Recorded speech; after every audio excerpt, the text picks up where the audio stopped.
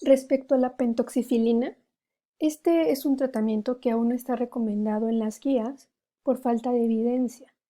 Lo que va a hacer es que inhibe la producción de TNF. Sí hay algunos estudios en los que se ha observado un impacto en la supervivencia a los 6 meses. Sin embargo, no se han observado cambios significativos en la función hepática. Se ha visto que disminuye la incidencia de síndrome hepatorrenal, pero no hay ninguna evidencia contundente. Vamos a analizar el ensayo clínico más importante de pentoxifilina, que es el STOP-HA. Es un ensayo clínico multicéntrico doble ciego aleatorizado publicado en el New England, el cual compara prednisolona versus pentoxifilina y la combinación de estas. El outcome primario es la mortalidad a los 28 días y como outcome secundario tenemos muerte o trasplante a los 90 días y al año. Concluyen que la pentoxifilina no mejora la supervivencia. Sin embargo, vamos a analizar las gráficas. Aquí tenemos la gráfica de Kaplan-Meier, en la que compara las diferentes curvas de los grupos. Se hicieron 4 grupos. A uno se le dio solamente placebo, a otro se le administró prednisolona y placebo, a la otro pentoxifilina y placebo y al cuarto la combinación de prednisolona y pentoxifilina. Se evaluó la supervivencia a los 90 días y al año y no se observó ninguna diferencia estadísticamente significativa, tanto a los 28 días, a los 90 días y al año, en ninguno de los grupos. Si bien sí se observó que la prednisolona se asoció a una reducción en la mortalidad a los 28 días, que no alcanzó la significancia estadística a los 90 días y al año. Lo que sí se observó dentro de los eventos adversos es que se produjeron mayor número de hemorragias gastrointestinales y de infecciones severas en los pacientes que recibieron prednisolona, ya sea prednisolona solamente o la combinación de prednisolona y placebo y pentoxifilina, perdón. Este es otro estudio, este es un metaanálisis que fue publicado en el 2018, en el que igualmente comparan corticosteroides versus pentoxifilina versus la combinación de estas. Se incluyeron 111 estudios con un total de 2.111 pacientes. Se evaluó la supervivencia a los 28 días y a los 6 meses y además la respuesta al tratamiento mediante la escala de Lille. Se concluyó que los esteroides disminuían la mortalidad a los 28 días y no hubo una diferencia significativa en el tratamiento combinado. Aquí podemos ver las gráficas de Kaplan-Meier. En la de arriba tenemos que se comparan los esteroides versus el placebo o el control, en el cual sí hubo una diferencia estadísticamente significativa solamente a los 28 días. En la gráfica de abajo tenemos que comparar los esteroides versus la combinación de esteroides con pentoxifilina, en la que no hubo una diferencia, y en la administración de pentoxifilina versus placebo tampoco hubo diferencia. Finalmente tenemos la N-acetilcisteína. Este es un fármaco que debe ser administrado vía intravenosa por 5 días asociado a esteroides, con una evidencia 2B. Su uso radica en que limita el estrés oxidativo a nivel hepático y combinado con esteroides sí se ha visto que impacta en la mortalidad en pacientes con hepatitis alcohólica severa. También se ha visto que reduce la incidencia de síndrome hepatorrenal y la incidencia de infecciones. Igualmente que los otros, se requieren más estudios que la avalen. Este es un estudio que se realizó en Francia, igualmente fue publicado en el New England, en el que se comparó 174 pacientes, se dividieron en 2 brazos. El brazo de la intervención fueron 85 pacientes a los que se les administró prednisolona con N-acetilcisteína y el grupo comparativo fueron 89 pacientes en los que se les administró solamente prednisolona durante 4 semanas. El outcome primario fue la supervivencia a los 6 meses y el outcome secundario fue la supervivencia al mes, a los 3 meses, las complicaciones los efectos adversos de la intervención, que fue la N-acetilcisteína, y los cambios de bilirrubina a los días 7 y 14. Igualmente tenemos la curva de Kaplan-Meier, en la que podemos ver el grupo, el brazo intervención, que fue prednisolona con N-acetilcisteína, versus el grupo de prednisolona solamente, graficados a través de los días.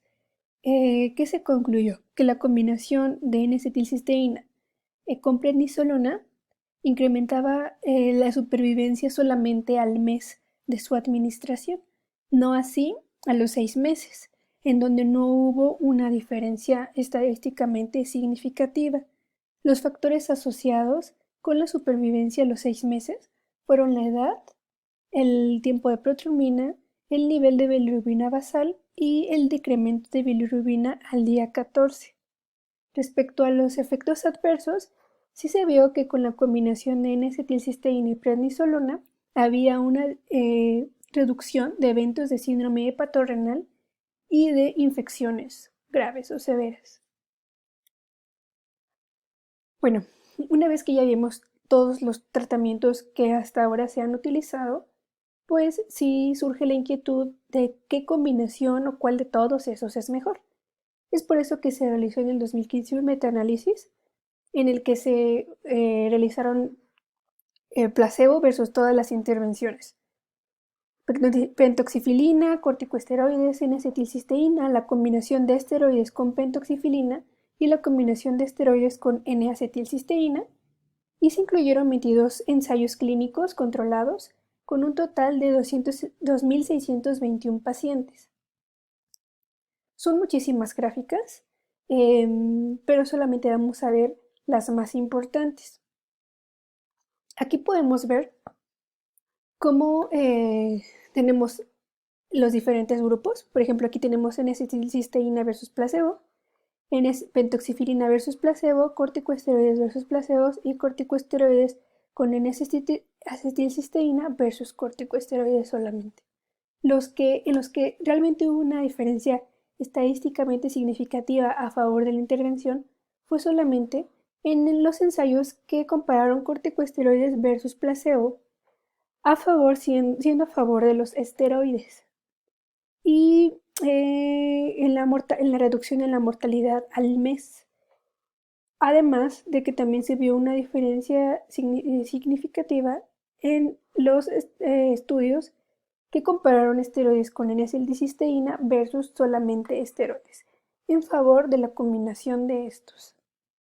Vemos que en los primeros casos atraviesa la unidad, siendo no significativa esa diferencia.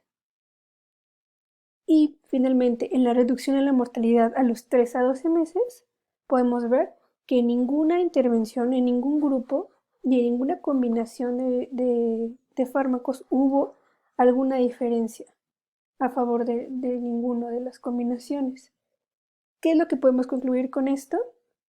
Que realmente lo único que ha demostrado evidencia que mejora la supervivencia, y esto solamente a corto plazo, es decir, solamente a los 28 días, es el esteroide y un poco más la combinación de esteroide con N-acetilcisteína. Cualquier otra combinación u otro tratamiento no se ha visto que mejore o impacte como tal en el pronóstico de los pacientes con hepatitis alcohólica. Por último, las terapias así rápidamente que están en estudio son el factor estimulante de la colonia de los granulocitos. Esta se ha estudiado porque es un inductor de regeneración hepática, impacta en la sobrevida y disminuye las complicaciones. El anti-TNF se ha visto evidencia mala porque aumenta la mortalidad y las infecciones.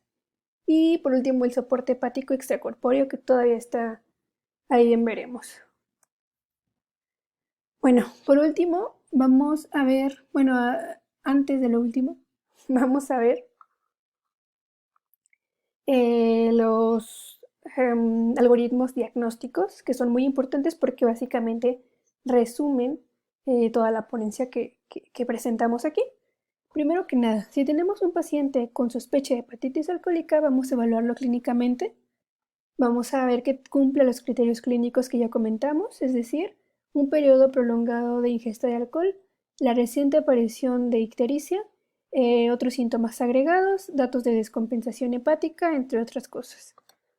Y además evaluamos los marcadores de laboratorio.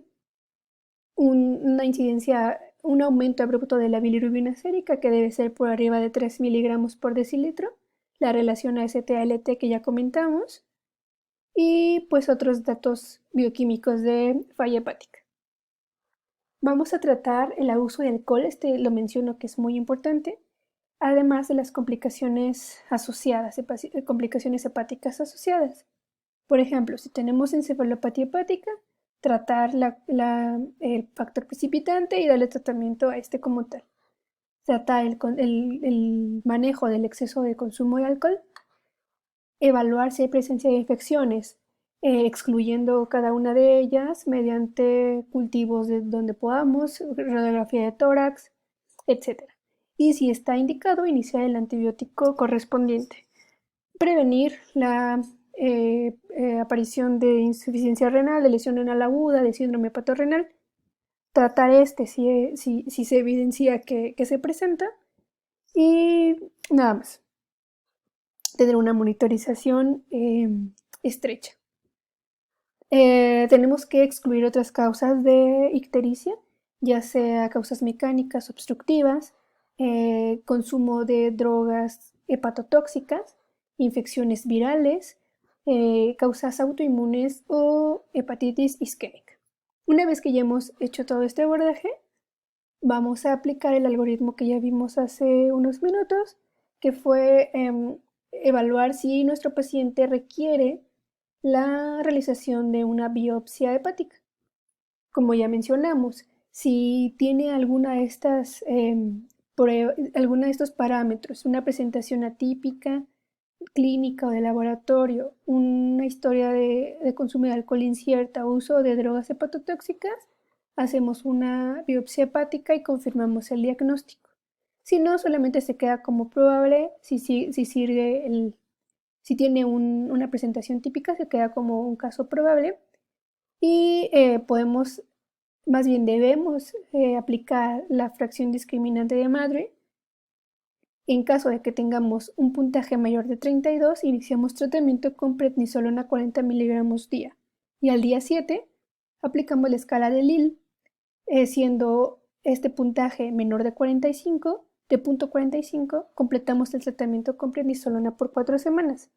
Si nos da un puntaje de Lille mayor de punto 45, detenemos en este momento el tratamiento con esteroides al día 7 y podemos optar por otras medidas y considerar el trasplante hepático temprano.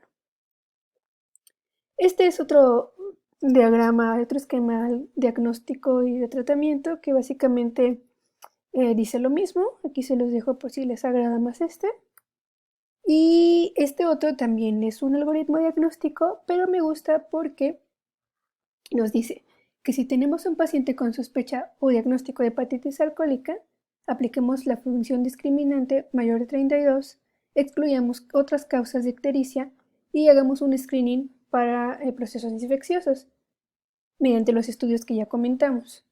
Además, tenemos, muy importante, evaluar las contraindicaciones de los esteroides. ¿En qué casos no